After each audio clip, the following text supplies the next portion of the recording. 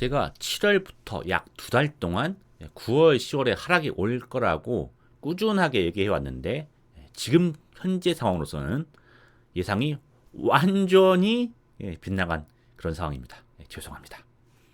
예상이 빗나갔지만 저는 그 상황이 연기된 것뿐이지 상황이 아예 바뀌었다고는 생각하지 않습니다. 그렇기 때문에 계속 존버하도록 하겠습니다.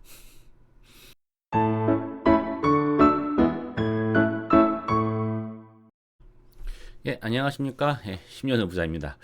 오랜만에 인사드리게 되네요. 이제 매주 올리는 예상 방송은 음성 AI로 이제 해왔었는데 이번 주는 예상이 틀렸다는 내용을 전해드리기 때문에 그것마저도 음성 AI한테 맡겼다가는 혼날 것 같아가지고 직접 이제 이번 거는 영상을 찍기로 했습니다.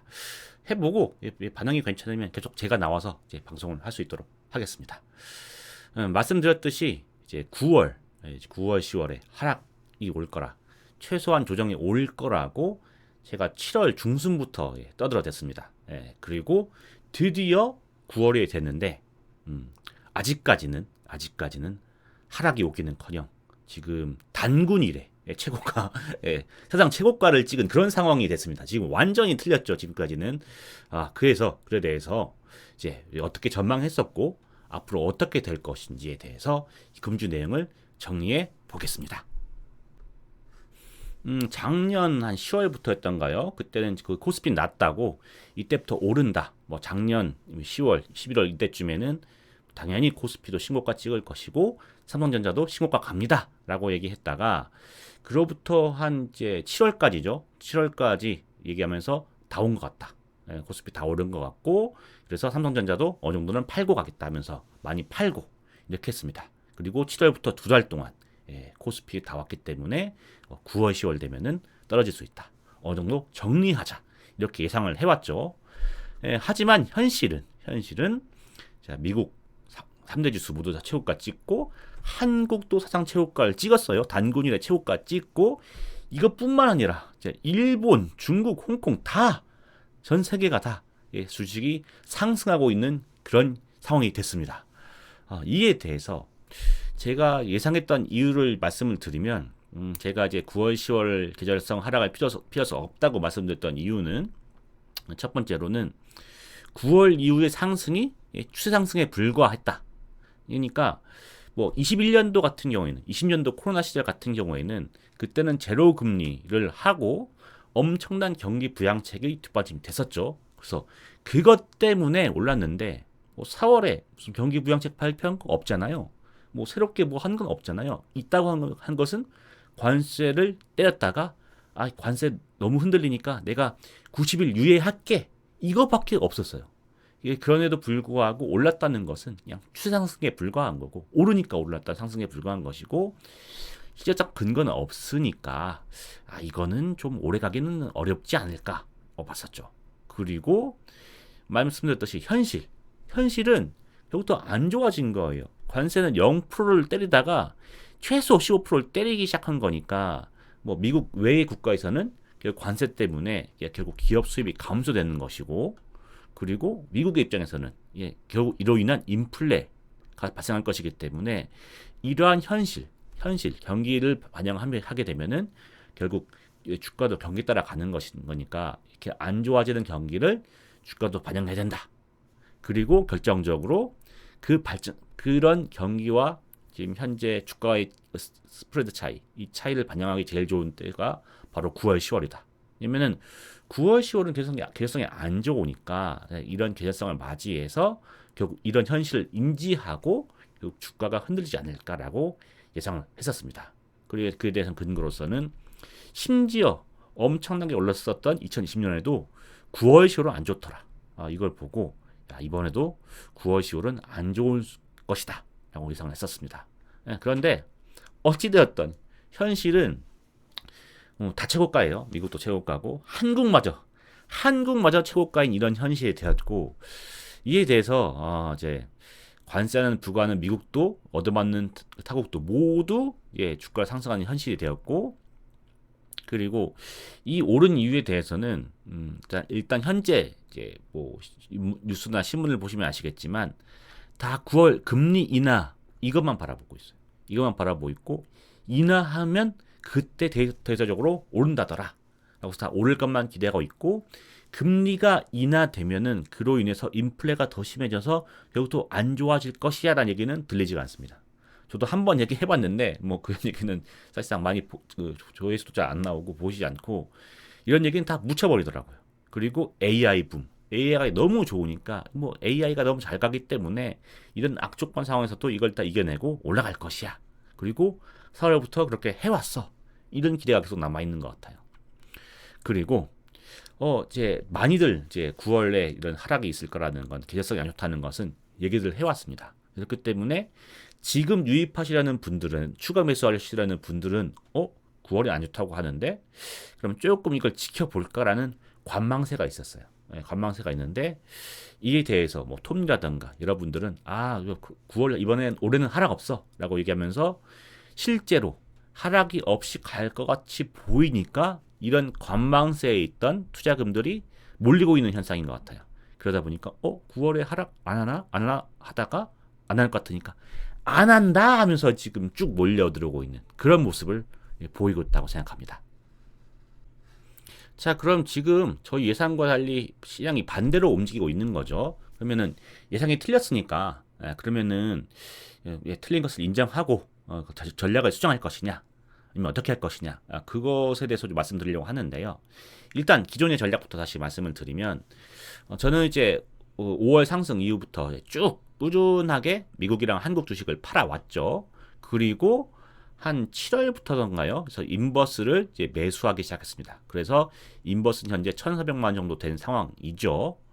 그래서 제가 판 거를 보시면 지금 이게 한국이고 요게 이제 미국 그러니까 해외 중에서도 미래에셋 계좌인데요. 계좌인 거 보시면 한국 주식은 이제 1억 1,600만 원 그리고 미래에셋 계좌는 5,800만 원을 팔았어요. 크랜 계좌 그러니까 대신증권 계좌도 팔았는데 요건 이런 기능이 없습니다. 이렇게 일자별로 총 얼마를 팔았는지 보여주는 기능이 없어서 못 보여드리는 건데 대략 그렇게 합치면 한 2억 정도를 판 것 같아요. 이게 보시면 2억 정도를 팔았고 출금도 1억 넘게는 했습니다. 이게 보시면 요게 4월 26일 그러니까 4월 말에 있는 저희 계좌 모습인데 그때 투입 보시면 2억 9천만 원 정도가 투입이 되어 있었죠. 그리고 현재 이게 지금 현재의 계좌 내용인데 1억 9,500만 원 정도가 지금 현재 투입이 되어 있습니다. 출금을 1억 넘게 하게 된 거죠. 2억 넘게 팔고 현재 들어있는 투자금도 1억 넘게 줄인 상황입니다. 그리고 이제 인버스를 사면서 현재 인버스는 지금 한국 계좌에서는 한 8%? 한 5% 정도 이제 손실이 나고 있는 상황이죠. 그래서 코스닥 두 배 인버스는 마이너스 8%, 코스닥 기본 한 배 1배짜리는 5%, 그리고 코스피는 더 많이 올랐기 때문에 코스피 인버스는 마이너스 10%, 두 배는 10%, 그리고 기본은 5% 정도 손실이 나서 한 55만 원 정도 해먹고 있는 그런 상황이죠. 그래서 이렇게 인버스는 해먹고 2억 정도 판 거는 지금 더 올라서 안 팔았으면 수익이 한 2천만 원, 3천만 원 더 났겠죠. 이런 현실이 됐는데 이제 어떻게 할 것인가? 또 꾸준히 이제 생각을 해봤습니다. 주말 동안 생각을 해봤는데 내린 결론은 그대로 간다는 것입니다. 그래서 주식 매도 계속하고 인버스도 계속 사겠다. 방향성 안 바꾸고 계속 가겠다. 인버스 계속 매수한다. 또 주식도 계속 판다. 요거에 대해서 이제 그 이유를 좀 말씀을 드리겠습니다. 이유는 제가 지금 보는 현실은 이제 제가 생각했던 상황이 바뀌었다기보다는 그 상황이 아직 오지 않았을 뿐이라고 생각하고 있기 때문입니다. 그래서 9월, 10월이 아니더라도 이게 약간 연기된 것 뿐이지 그 시기는 올 것이라고 보고 있는 그런 상황이라서 그래요. 그래서 이에 대해서 좀 더 말씀을 드리면 지금 이미 상당한 관세 수익이 발생하고 있다고 이제 말하고 있는데요. 이 관세 수익이라는 것이 돈을 막 찍어서 지금 발생한 게 아니고 누군가가 냈고 그 비용을 부담하고 있는 거지 않습니까? 결국 기업과 소비자가 부담하게 돼야 되는 것인데 이 관세가 있는 만큼 당연히 이제 판매 가격이 올라가게 될 것이니까 인플레 문제가 발생할 수 있고 결국은 소비자가 어느 정도 부담하게 되는 것이고 기업도 경쟁력을 유지하기 위해서 매도를 많이 하기 위해서 어느 정도는 자기가 부담해서 부담을 해서 그만큼 이제 관세만큼 가격을 다 올리지 못할 거예요. 그럼 나머지는 결국 자기가 손실로 안고 가야 되는 것인데 그러면 결국은 파는 입장에서는 수익 감소, 사는 입장에서는 인플레 이것이 발생하게 될 것인데 아직 요거에 대해서 반영이 안 되어 있어요. 물론 이제 8월부터 본격적으로 관세를 매기기 시작했기 때문에 이제 관세 때문에 슬슬 그 효과가 나타나기 시작할 것인데 아직까지는 반영이 안 되어 있고 사람들이 신경 쓰지도 않고 있고 주가에도 반영이 안 되어 있는 상황입니다. 이제 슬슬 나타나기 시작을 하겠죠. 그리고 특히 우리나라 같은 경우에는 더 어려운 것이 7월 말 8월 초에 관세 협정이 됐다고 했어요. 됐다고 해서 우리도 15% 관세를 적용받는다라고 했는데 협정이 됐지만 서명이 안 되어 있는 그런 상황이 되면서 사실상 협정이 되면 서명하는 건 당연한 부분인 것인데 사실 세부 내용에 대해서 이견이 다른 생각이 발생하게 되면서 시간이 걸리고 있죠. 우리나라에서는 국익에 어긋나는 결정은 할 수 없다. 미국은 찍든가 아니면 지금대로 서명을 하던가 아니면 25% 관세를 맞아라라고 하고 있는 상황입니다. 그렇기 때문에 상당히 시간이 걸릴 것이고 그때까지는 25% 관세가 적용되기 때문에 이렇게 되면 15%만 맡고 있는 일본과 차이가 나올 수밖에 없어요. 그러면은 결국은 설명에서 결국 일본과의 경쟁 수출 경쟁국인 일본과의 경쟁에서 좋지 않은 상황이 될 것이고 결국 기업 수익 감소는 더 커지겠죠. 이렇게 되면은 경기는 좀 안 좋아지고 수익 안 좋아지는데 주식은 계속 오르고 있어. 이 스프레드가 계속 벌어지게 되면서 언젠가는 결국은 이 경기 따라서 주가도 떨어질 수밖에 없는 것이 아닌가라고 생각을 하고 있습니다. 그래서 이제 이 차이가 벌어진 경기가 결국 안 좋네 라고 이제 인지하는 그때가 언제 될지는 모르겠어요.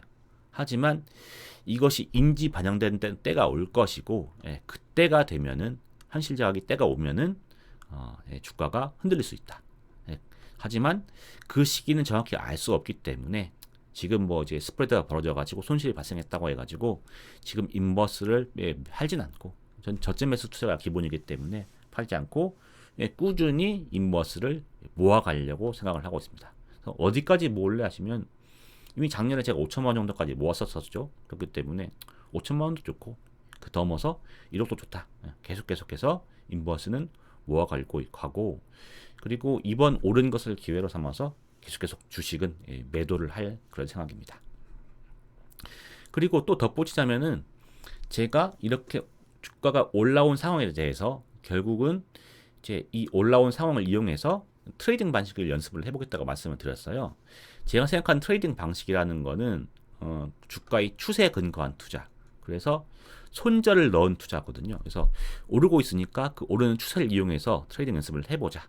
그리고 이건 정말 트레이딩이기 때문에 주가 추세가 꺾인다 싶으면은 손절하고 나오자. 이렇게 해서 하고 있고 8%를 손절선으로 해서 이제 여러 가지 추세가 좋아 보이는 주식들은 주식을 매수하고 있습니다. 그렇기 때문에 추세를 보고 사는 거기 때문에 제가 이제까지 해왔던 펀더멘탈 기초한 저점 매수 말고 정말 PER 관계없이 그냥 많이 올랐도 상관없이 사람들이 사고 싶어하는 주식들 중심으로 이것저것 조금씩 사면서 매수를 하고 있거든요.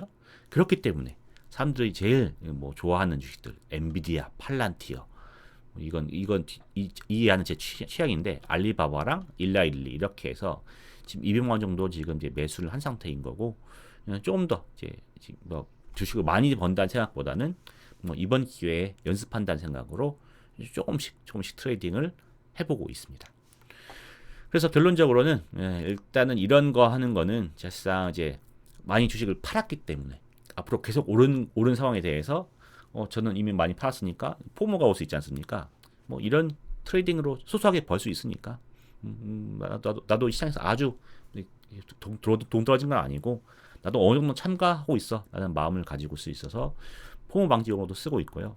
그리고 이렇게 트레이딩하고 이제 주식 매도하고 인버스 사면서 버티면서 그리고 떨어지는 어느 시점을 기다리고 있습니다. 그래서 언제 떨어질지는 저도 모르겠어요. 하지만 이제 9월, 10월 버티면서 11월부터는 좋은 계절성이 오니까 뭐 내년 2월까지도 오를 수 있다고 보고 있고, 아니면 내년 5월, 8월까지 갈 수도 있겠죠. 떨어지는 시점은 제가 정확히 알 수가 없지만 음, 차분한 마음으로 기다리면서 그때까지 현재 포지션을 유지하려고 현재 전략을 유지하게 되지 않을까 생각하고 있습니다. 매주 이런 내용들을 올리니까요. 바뀌는 전략, 세세하게 바뀌는 전략에 대해서는 뭐 계속 업데이트를 할 수 있도록 하겠습니다. 마지막으로 수익 공개인데요. 이제 어찌되었던 제가 지금 많이 주식을 팔았다고 하지만 홍콩이랑 일본 주식은 팔지 않았어요. 판 거는 딱 하나, 그 백주, 화태증권 백주 판 거밖에 없고, 일본 주식은 이제 한 150만 원 정도만 팔았습니다. 미국도 팔았다고 하지만 조금 여전히 들고 있는 주들이 있고요. 그렇다 보니까 이제 이번에 상승을 많이 하면서 올해 이번 주 수익 1,700만 원이 더 붙어서 올해 수익 1억 3천만 원, 누적 수익 2억 5,800만 원이 된 상태입니다. 그리고 제 투자 원금은 지금 9,700만 원 정도이기 때문에 원금 기준으로 수익률을 따지면 올해 수익률은 131%가 된 상황인 거죠. 어떻게 130% 나왔냐면은 당연히 여기다가 제가 레버리지도 있고, 레버리지 한 1억 정도가 있고, 그리고 이미 발생한 1억 3천만 원 수익이 있기 때문에 결국 3억으로 계속 돌리게 된 상황이 된 거다 보니까 원금 기준으로는 131%가 된 거고, 그럼 다 따져서 올해 초에 1월 1일 날 넣은 거 기준으로는 올해 초 시작할 때 금액 기준으로는 36% 수익이 발생한 상황입니다.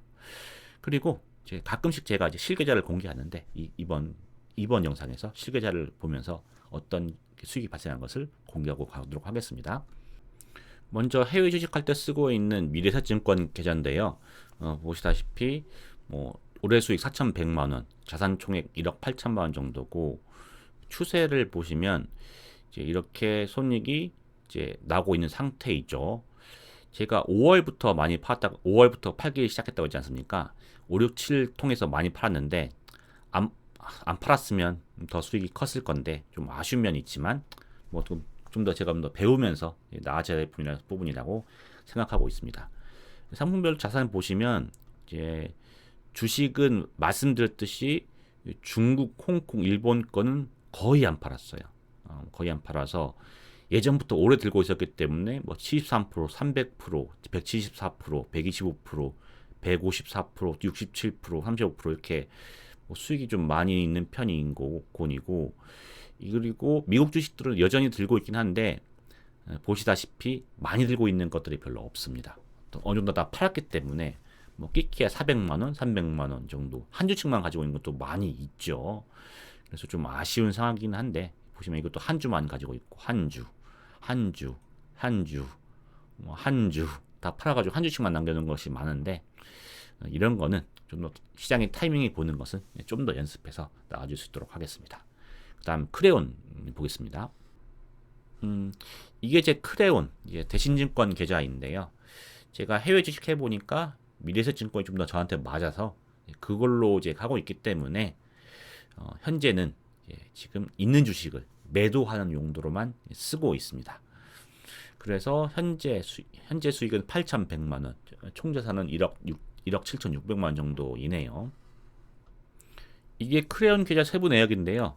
제가 해외 주식은 이제 크레온으로 먼저 시작했기 때문에 좀 더 오래 가지고 있는 주식, 그러니까 미래셋보다 좀 더 오래 가지고 있는 주식들이 여기에 있습니다. 그래서 오래 가지고 있다 보니까 수익률이 더 높은 경우도 있네요.